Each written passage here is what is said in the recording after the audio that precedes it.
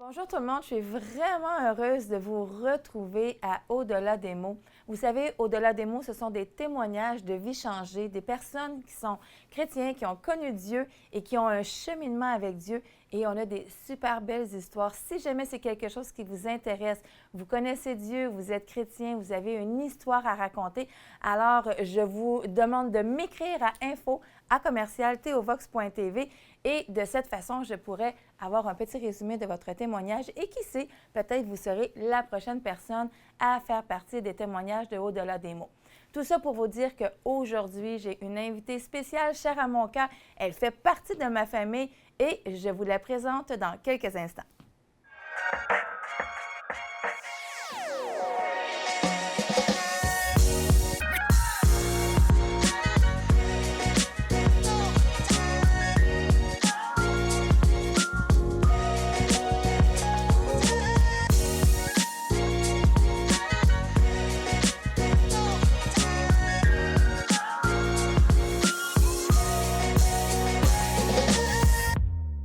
Mon invitée, ma belle-sœur, Isabelle. Isabelle, je suis contente de t'avoir aujourd'hui. C'est vraiment, je dirais, plus que juste contente, c'est vraiment un honneur parce que j'avais envie, quand je t'avais parlé de faire ton témoignage, j'avais tellement vu de choses, en fait, j'étais pas la seule, on avait tellement vu de choses depuis les derniers mois que j'ai dit, ça n'a pas de bon sens, il faut en parler parce que tu vas être je crois sincèrement que tu vas être un exemple et que ça va aider d'autres personnes comme toi à comprendre des fois pourquoi peut-être qu'on reste à un certain niveau dans notre relation avec Dieu versus à quel point on peut grandir vite quand je vais dire quand on y met du sien. Fait que vraiment, je te remercie aujourd'hui d'être avec moi puis d'avoir accepté de t'ouvrir parce que je sais que c'est pas toujours évident des fois de dire les choses, de s'humilier, puis de dire comment on a passé à travers certaines choses, puis comment on fait. Fait que vraiment, je te remercie d'être là aujourd'hui. Ça te fait plaisir. Merci de l'invitation. Fait que dans le fond, d'entrée de jeu, ben Isabelle, écoute, ça fait, je dirais, près de 20 ans maintenant qu'on se connaît. Et j'ai toujours été honnête avec toi, dans le sens que j'ai toujours été capable de dire comment je me sentais dans mon cœur. Puis, après ces 20 dernières années, près de 20 dernières années avec toi, je pourrais dire la Isabelle d'il y a presque 20 ans versus la Isabelle d'aujourd'hui, pour moi, n'est vraiment pas la même. J'aimerais ça commencer par une question en disant, est-ce que tu as l'impression d'être différente aujourd'hui versus il y a 20 ans? C'est sûr que je suis pas la même personne qu'il y a 20 ans. En quoi tu dirais qu'il y a une différence, toi? Je dirais qu'aujourd'hui, j'ai une douceur, un calme qui m'habite, qui n'était pas autant là dans le passé. J'ai l'impression que je vais pleurer tout de suite parce que c'est tellement beau dans le Ça sens se peut que... qu'il y ait bien des émotions qui se partagent aussi, oui. En fait, quand je t'ai rencontrée il y a 20 ans, tu es encore, mais j'avais l'impression que tu avais besoin de montrer que tu étais la femme forte de toutes circonstances. Est-ce que tu penses que c'est une belle description que je te donne? De montrer, je pense pas que c'était fait d'une façon volontaire. Je pense que dans la vie, on se forge des murs pour se protéger, inconsciemment, bien souvent, pour survivre. Fait que ça se peut que ça ait été le reflet de la projection qui pouvait paraître par rapport aux autres, mais souvent, c'est plus une question de survie pour se protéger de beaucoup de blessures. Tu me parles de survie et de blessures, sans rentrer nécessairement dans le détail. Je te laisse vraiment le choix. Mais est-ce que tu peux me dire tes murs étaient construits de quoi? Tu sais, pourquoi toi, tu as construit des murs? Est-ce que tu sais les choses qui t'ont blessé puis tu te dis, ben on me touchera plus là, on me blessera plus là, regarde, je mets haut là, tu sais. Je dirais, une grosse partie était le rejet. Oui, le rejet, puis d'avoir été écrasé ou par des paroles négatives. Fait qu'on se construit des murailles épaisses pour se protéger avant que ça l'arrive. Ou, étant donné que les choses ne se présentent pas nécessairement tout le temps d'elles-mêmes, ben on prend comme le lead de foncer puis de faire sa place d'une façon ou d'une autre. Puis en ayant ces murs-là, bien, ben, ça nous protège de pleurer, ça nous protège de ces blessures-là, tu sais. Fait que je pourrais dire qu'en gros, oui, c'est ça, ces blessures-là t'amènent à te construire une forteresse pour pouvoir passer outre ça. Et puis c'est sûr qu'en le faisant de toi-même, bien, c'est pas toujours propulsé de la façon douce parce que tu t'imposes, puis tout ça, c'est vraiment pour se protéger du rejet, de blessures. Puis bon, Mais rejet, c'est une chose, mais il y a tellement... Quand tu parles de rejet, là, ce qui me fait penser, moi, c'est que moi, dans le fond, je t'ai toujours vue comme une personne super bien entourée, plein d'amis, facile d'approche. Tu sais, t'as toujours, dans le fond, une facilité à parler avec les gens. Puis là, quand tu me parles de rejet, moi, je me dis, ben voyons donc, pourquoi, ou peut-être que tu as des exemples, comment tu peux dire que tu avais peur du rejet alors que j'avais l'impression que tu étais super bien entourée puis que tu me montrais vraiment pas là, une fille qui a peur du rejet. Il me semble, moi, quelqu'un qui a peur du rejet reste loin, se rejette, mettons, un peu plus elle-même, là, tu sais. C'est pas nécessairement visible, parce que c'est sûr que je suis une personne qui est sociable, qui aime les gens, qui est au-devant, mais je parle beaucoup portée vers les autres, puis au point de taire peut-être des choses qui t'habitent, qui t'ont blessé. Des fois, ça peut être anodin, ça peut être une parole que quelqu'un va dire, que cette personne-là n'a pas l'intention de te viser personnellement. Et puis toi, ben tu vas le recevoir dans des espaces où ce que ça ça te ramène des places qui t'ont peut-être fait mal.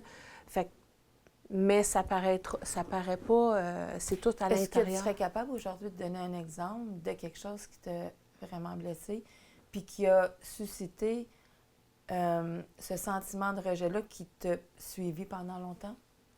Je me suis toujours vue différente des autres OK. dans ma façon de peut-être voir les choses. J'étais une personne J'étais une personne... Je pense que j'avais pas autant la douceur et le calme que j'ai aujourd'hui dans le temps. Je manquais peut-être de tact. Je disais les choses sans me préoccuper nécessairement autour de moi. Te donner un exemple, tu sais, j'ai travaillé fort pour me faire une place. C'est difficile de te donner un exemple précis parce que je ne veux pas viser personne non plus. Mais moi, sans viser quelqu'un, tu me parles d'une situation, tu nommes pas de nom, mais tu dis, voici ce que ça me fait. C'est-tu plus des paroles ou c'est plus des agissements, toi?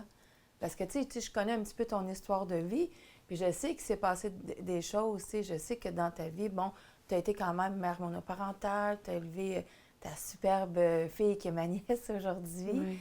Je sais que ça n'a pas été facile, tu as pris un rôle de père, dans le fond, jeune, et tu l'as gardé, ce rôle de père-là, longtemps. Oui. Est-ce que ça, tu penses que ça a pu jouer sur le fait que tu t'en rejettes, tu sais, comme la plupart des femmes, là, on espère un jour avoir, je vais dire comme ça, tu sais, le prince charmant que Dieu nous envoie, puis ils vécurent heureux, ils eurent des enfants. Fait que, est-ce que, exemple, ça aurait pu t'apporter une forme de rejet? Pourquoi moi, j'ai pas réussi à avoir une personne, là, tu sais, une bonne personne alentour de moi? Ce que je peux dire là-dessus par rapport à mon histoire, c'est qu'il y a eu beaucoup de paroles qui se sont dites, qui ont été blessantes, au point de venir ébranler peut-être l'image extérieure. OK. Et puis, je me suis construit une forteresse autour de ça, de ne pas laisser ces choses-là m'atteindre. Donc, c'est sûr que Dieu a fait du travail par rapport à ça. Il en fait encore. Mais les paroles, tu sais, il y a une puissance dans les paroles restent, hein? qu'on dit. Souvent les paroles, oui. Puis, quand on atteint ton physique, j'ai pas un physique parfait. Qui l'a? Fait que quand on se fait atteindre par rapport à ton physique, ben c'est sûr que ça vient... Surtout pour une femme, souvent, hein, j'ai l'impression que on nous envoie tellement des stéréotypes qu'on a de la misère à s'accepter. Et ça, peu importe, hein, les cheveux, la grandeur, la couleur, on a vraiment de la misère parce qu'on nous a rentré les stéréotypes. Isabelle, je sais que toi, tu as donné ta vie à Dieu à 10 ans. Oui. En même temps que Jean-François. Est-ce que tu peux dire que toi, déjà à 10 ans, tu savais vraiment que tu donnais ta vie à Dieu? Ça fait longtemps. Je pense que ça fait partie aussi de bien des choses. Il y a des souvenirs que sont loin en arrière. Des fois, j'essaie de me rappeler de des choses, puis c'est comme... je me souviens d'avoir accepté le Seigneur à 10 ans avec Jean-François. Mais je me souviens plus vraiment à quel point... oui, il s'est passé quelque chose, mais j'ai pas de souvenir comme Jean-François a vécu sa conversion à 10 ans. Je pourrais pas me rappeler vraiment si j'ai eu cette même expérience-là. Je ne sais pas si je l'ai faite plus pour être à suivre Jean-François. C'est sûr que j'ai été touchée, il s'est passé quelque chose, mais je pense que si j'avais été touchée vraiment, je m'en souviendrais. Fait que probablement que j'ai suivi puis j'ai vécu des choses dans tout ça, mais c'est sûr que c'est pas comme qu'est-ce que je vis aujourd'hui, là. Puis, si, mettons, on remonte un petit peu plus dans le temps, parce que, bon, pour nous, et la plupart des gens qui te connaissent, ça fait longtemps que tu es chrétienne, on s'attend souvent à une marche quasiment exemplaire, hein, de quelqu'un, mettons, là, que ça fait depuis l'âge de 9 ans, Jean-François, toi 10 ans, on s'attend, mais il arrive quand même, on n'est pas à l'abri, là, il arrive quand même des brèches, il arrive quand même des situations à un moment donné où ce que tout est ébranlé. Est-ce que toi, il est arrivé un temps où ce que tu as senti que tu étais loin de Dieu ou tu as toujours eu l'impression que tu étais proche de Dieu parce que tu t'étais fait peut-être un Dieu à ton image? Je vais juste faire une petite parenthèse. Je me souviens, adolescente, d'avoir vécu des choses avec Dieu. Je me souviens, dans les appels, touchés, puis d'avoir vraiment vécu quelque chose avec le Seigneur. C'est sûr qu'il y a eu... je crois que dans la période où je me suis peut-être éloignée de Dieu, Dieu a toujours été là, parce que tu peux pas... Dieu, malgré que tu t'éloignes, est encore là. Mais je pense qu'à un moment donné, tu t'essayes par tes propres forces de t'en sortir ou tu es blessé parce que tu as vécu certaines choses dans ta vie, que tu as de la misère soit à te pardonner. Donc déjà, ça te met une barrière entre Dieu, fait que tu t'éloignes de Dieu puis tu essayes de tes propres forces. Je crois que la base, quand on vit des choses, c'est d'être capable de se pardonner. J'ai vécu beaucoup de culpabilité aux yeux de, à ce moment-là, l'Église, le légalisme, la pression d'être quasiment parfait. Puis c'était lourd, puis je voyais pas ça n'allait pas avec moi, fait que ça a été une des raisons que je me suis retirée. Puis là, j'ai essayé de mes propres forces parce que j'ai comme perdu mes repères. Mais Dieu était là, mais il n'était pas là de la même façon. Il était là. On sait c'est qui, on le sait pour avoir vécu quand même. Est-ce que dans ce temps-là, tu te souviens... Est-ce que tu pourrais dire aujourd'hui que dans ce temps-là, tu croyais encore que Dieu était là et non pas là? Est-ce que, tu sais, dans le sens, tu sais, il arrive à un moment donné où ce que tu dis, ben là, je suis tannée, tassez-vous, m'a fait ma marche toute seule. Mais dans le fond... Je peux pas dire que Dieu a plus jamais été là. Non, mais moi, je te parle par rapport à toi. Oui. Est-ce que toi, tu avais encore l'impression, dans tout ce mouvement-là, est-ce que tu avais encore l'impression que tu marchais pour Dieu ou, comme des fois, on pense qu'on marche pour lui parce que ben, c'est comme ça, c'est trop légaliste, moi je m'en vais là, mais dans le fond, on peut être hors track. Est-ce que tu te souviens que dans ce temps-là, puis pendant un petit bout, tu as eu l'impression que tu n'avais pas besoin de... Moi, je me suis juste révoltée. Mais tu pensais-tu, dans ta révolte, est-ce que tu pensais que tu étais encore... Non, je pensais pas que Tu savais que Dieu était là, mais je marchais pas. Fait que tu savais que c'était éloigné. Non, Non, je peux pas dire... tu t'en vas pas, je marche là, puis je m'éloigne de Dieu.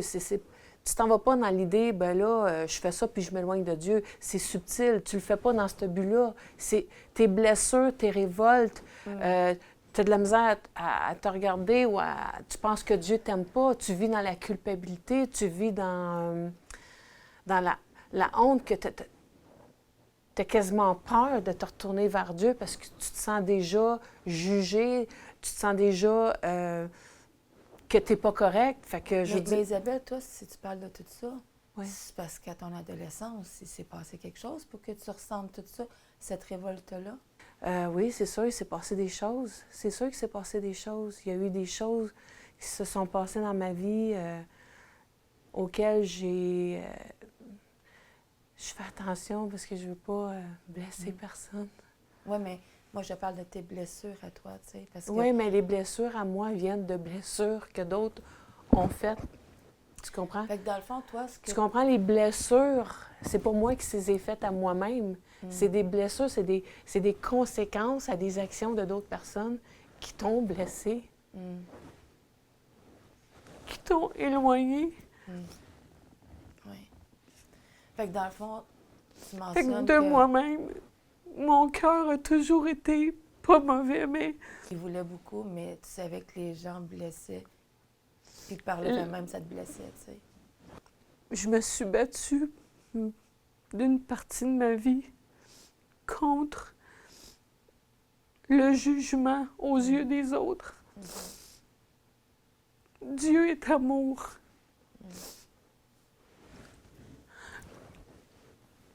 Puis le jugement, parce que tu vis d'une façon qui peut déranger certaines personnes, fait qu'à un moment donné, ces blessures-là, tu te refroidis, tu te mets une barrière pour plus te laisser atteindre. Puis moi, ben, ça me rejoignait pas, fait que je me suis révoltée de ça. Je me suis révoltée de cet esprit de religiosité qui existait énormément. Puis ça m'a poussée à y aller de mes propres forces au lieu de mettre Dieu dans ma vie comme qui devrait. Je ne suis pas plus pour l'esprit de religiosité, mais au lieu de le faire de mes propres forces, je m'appuie sur le Seigneur. Mais étant donné que la blessure était énorme, ben c'est comme si, avec tout ce jugement-là, cette projection-là de Dieu, j'avais de la misère à venir devant Dieu parce que je me sentais jamais correcte devant lui.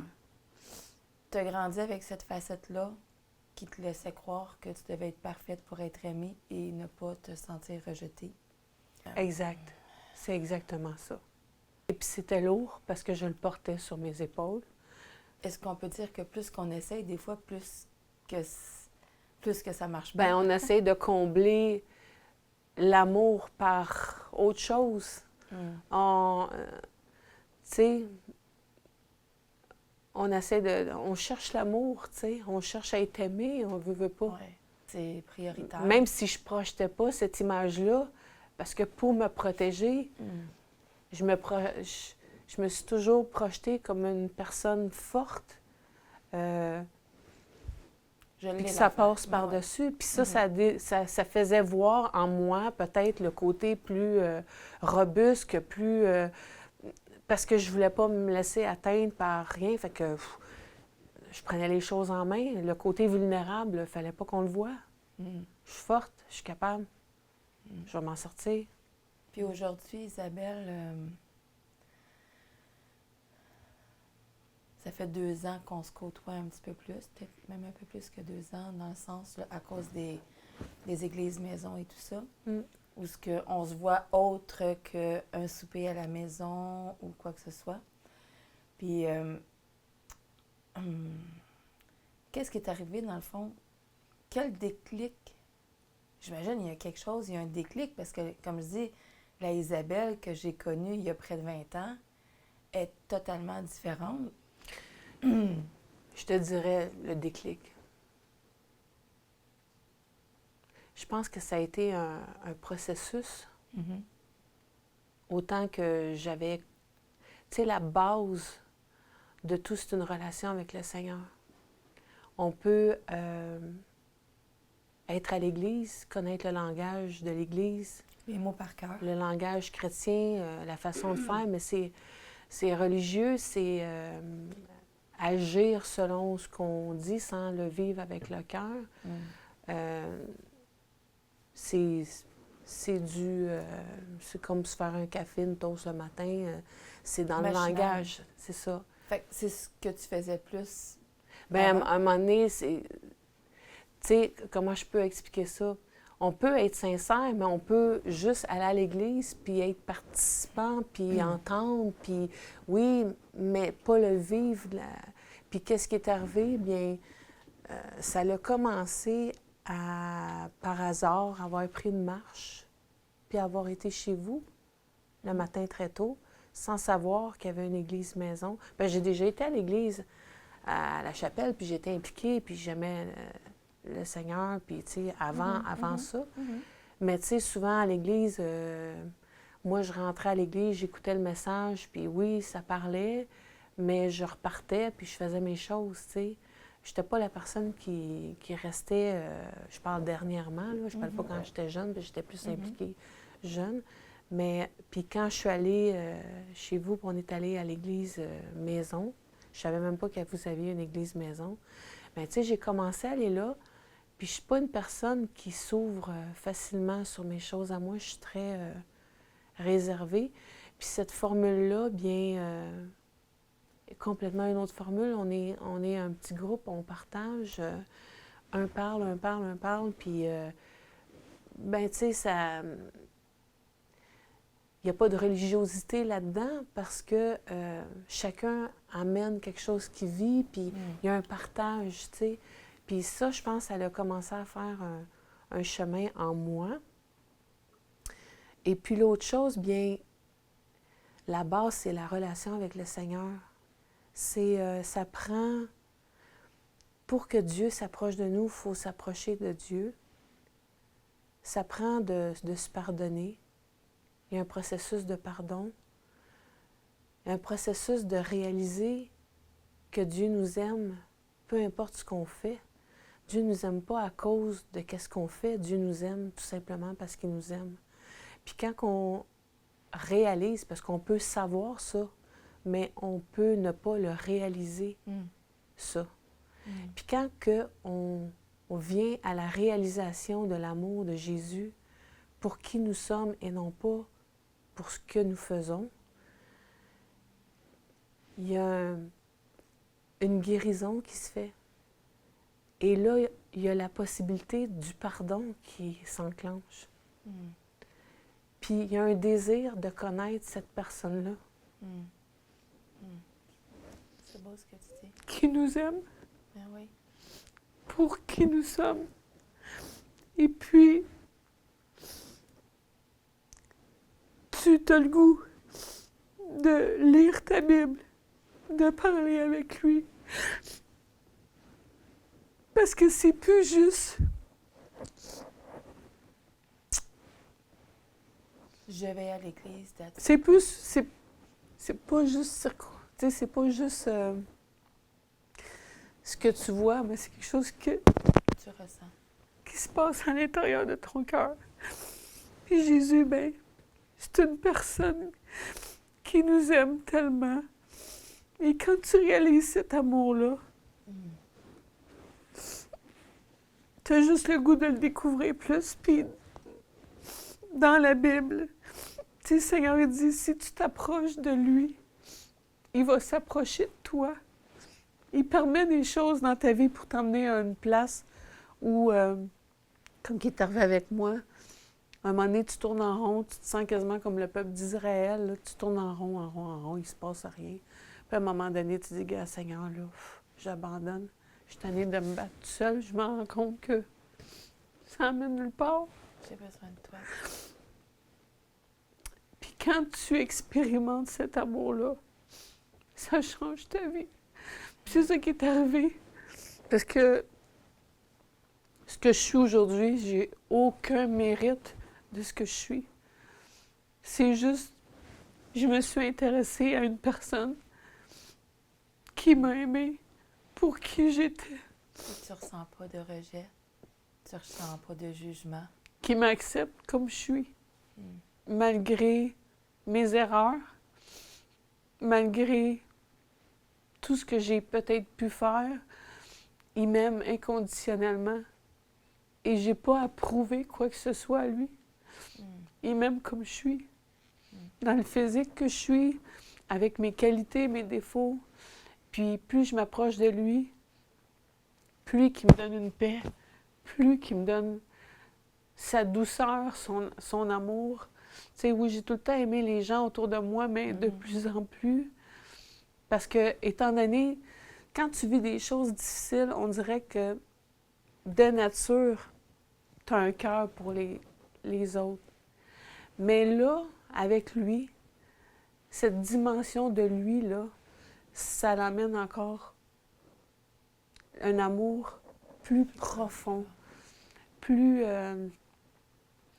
Puis c'est ça, fait que si je suis où ce que je suis, c'est vraiment par intérêt de découvrir qui il est.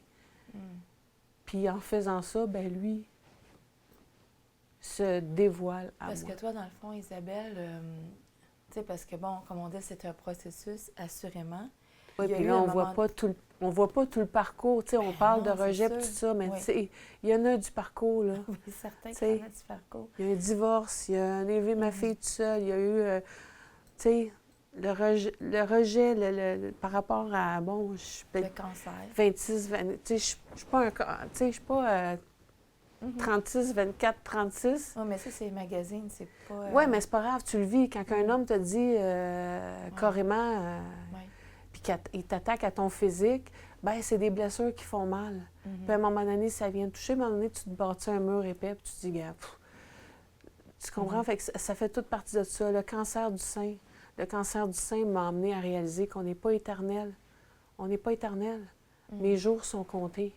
Puis ça te fait prendre conscience que le temps qu'on est ici, ça fait réaliser des choses que... C'est ça, ça m'a sensibilisée parce qu'en connaissant Dieu et en connaissant toutes choses, la période du cancer m'a amené à... Puis je crois que Dieu a permis ça pour m'amener à me sensibiliser. Parce que, tu sais, j'ai été vue comme une personne rebelle. Je me suis... Peut-être moi qui se voyait de même, mais étant donné que j'étais différente de les autres, puis je disais haut et fort ce que je croyais, puis ce que je pensais, puis que j'étais vraiment contre le jugement, bien des fois, je me voyais comme un mouton noir, ou j'ai jamais voulu vivre ma vie en fonction de ce que les gens pensaient de moi. Fait que c'est sûr que je pouvais être dans l'erreur, mais j'étais dans l'erreur. Tu sais, j'aurais pas projeté une image que je fais ça, puis d'autre bord, je fais ça. J'étais authentique, mais Dieu connaissait mon cœur. Puis je pense que Dieu a permis que je passe à différentes places dans ma vie pour justement m'amener à m'adoucir, puis à chercher sa face, puis à m'approcher de lui, puis aussi pour s'en servir pour sa gloire, parce que je crois que ces choses-là que j'ai vécues, Dieu va s'en servir pour sa gloire. Les gens vont dire, Isabelle, c'est incroyable, t'as changé, il me semble que t'es pas la même Isabelle. Tu sais, oui, c'est un processus, mais il arrive à un moment donné où ce que les gens le voient. Tu sais, il arrive, tu ne l'as pas fait pour les gens, mais il arrive quand même un moment où ce que les gens te le disent. Je sais que j'en fais partie, je te disais, Isa, pour moi, c'est plus facile d'être ton amie Tu sais, avant, je te voyais comme ma belle-sœur, puis c'était déjà bien. Tu sais, je dis, c'est ma belle-sœur, j'aime ma belle-sœur. Mais aujourd'hui, comme je t'avais déjà dit, je te vois pas juste comme ma belle-sœur. Aujourd'hui, je suis capable de dire que je peux te voir comme une amie parce que ta douceur tu sais, je la vois, tu sais, ta beauté. Fait que si moi je la vois, il y a d'autres personnes qui l'ont vue. J'imagine que ça fait du bien pour toi aussi de l'entendre parce que, bon, c'est loin d'être des paroles de rejet, c'est vraiment des paroles de transformation. C'est beau que les gens te disent ça. Mais toi, aujourd'hui, en quelques minutes, est-ce que tu es capable, toi, aujourd'hui, de te regarder dans le miroir et de dire, tu es belle, Isabelle, tu as vraiment changé? Moi, quand je m'assieds le matin puis que je prends mon temps avec le Seigneur, je remercie le Seigneur de tout ce qu'il a fait dans ma vie. Parce que je le sens dans mon cœur qu'il y a une transformation qui s'est passée. Je le sens quand je me regarde. Il y a une paix, il y a un calme. Oui, il y a une douceur. Puis je pense que qu'est-ce que Dieu a fait, c'est de m'ouvrir aux autres parce que j'étais beaucoup fermée. Fait que ça pouvait projeter une image de plus rude. Tandis qu'aujourd'hui, je suis beaucoup plus dans l'ouverture. Je suis vraiment plus dans l'ouverture, ce qui fait que les gens sont bienvenus. Mm-hmm. Il y a plus un... Ça coule, tu sais. Mais je sens que Dieu fait des grandes choses, puis je sais qu'il va en faire encore, puis sincèrement, je suis contente que les gens le voient, mais la source, c'est vraiment pas ça, c'est la paix que Dieu me donne. Mm-hmm. Aujourd'hui, je vis en paix et j'ai besoin de lui à chaque instant. Puis c'est la raison du pourquoi que j'ai cette paix-là aujourd'hui, cette calme-là, cette douceur-là. C'est sa douceur à lui, hein? Dieu est doux, est amour. Fait que c'est sûr qu'il doit déteindre sur moi. Fait que... Puis l'ouverture de recevoir les gens. Je sais qu'on en a parlé aussi en terminant, Isabelle. Tu m'avais parlé qu'il y a un verset vraiment que depuis quelque temps tu t'accroches, puis c'est le verset qui te revient toujours. Oui. Est-ce que tu veux en parler? Ce que tu veux dire, c'est quoi ton verset? Oui, c'est, je crois que c'est dans Philippiens 4, 6 et 7. Puis je le vis, c'est ne vous inquiétez de rien, mais en toute chose, faites connaître vos besoins. Excusez, à Dieu, par des prières et des supplications, dans une attitude de reconnaissance. Et la paix de Dieu, qui dépasse toute intelligence, gardera votre cœur et vos pensées en Jésus-Christ. C'est ce qui te maintient aujourd'hui. Je m'inquiète de rien. Parce que tu sais que Dieu t'a transformé aujourd'hui, parce que tu t'as permis cette transformation-là. Ben, j'ai ouvert mon cœur. Exact. Puis c'est pour quelque chose de plus grand. Il te prépare. C'est jamais en vain, hein? Il te prépare pour quelque chose. On ne sait pas encore. Je suis disponible. Je suis disponible pour ce qu'il veut. Amen. Pas ce que je veux, non, mais ce que tu veux. Mais il veut certainement les choses qui ont le mieux pour toi. Il me connaît mieux que moi-même. Exact. Il sait très bien ce que j'ai besoin. J'ai complètement confiance. Quelque chose que j'avais de la misère avec avant, la confiance. Et puis, ben, j'ai confiance en lui parce que je sais que jamais il va me décevoir. Isa, merci. Merci de tout cœur. Merci à toi. C'est un super beau témoignage. Puis j'espère que ça va aider des jeunes hommes, des jeunes femmes à la maison à passer outre puis à permettre que Dieu nous change, nous transforme pour devenir ces créatures merveilleuses. Si on a un cœur ouvert, puis on le laisse entrer, ce que Dieu peut faire avec nous, c'est illimité. Merci. Wow, à la maison, vous avez entendu une partie, en fait, du témoignage d'Isabelle. J'espère que ça vous a touché autant que ça m'a touché. Comme je vous mentionnais au tout début, également, du vidéo, je vous mentionnais que si vous avez des témoignages chrétiens de vie changée à cause de Dieu dans votre vie, eh bien, écrivez-nous à info@commercialtheovox.tv. Il me fera plaisir de vous répondre et qui sait, peut-être vous serez notre prochain Au-delà des mots. À la prochaine!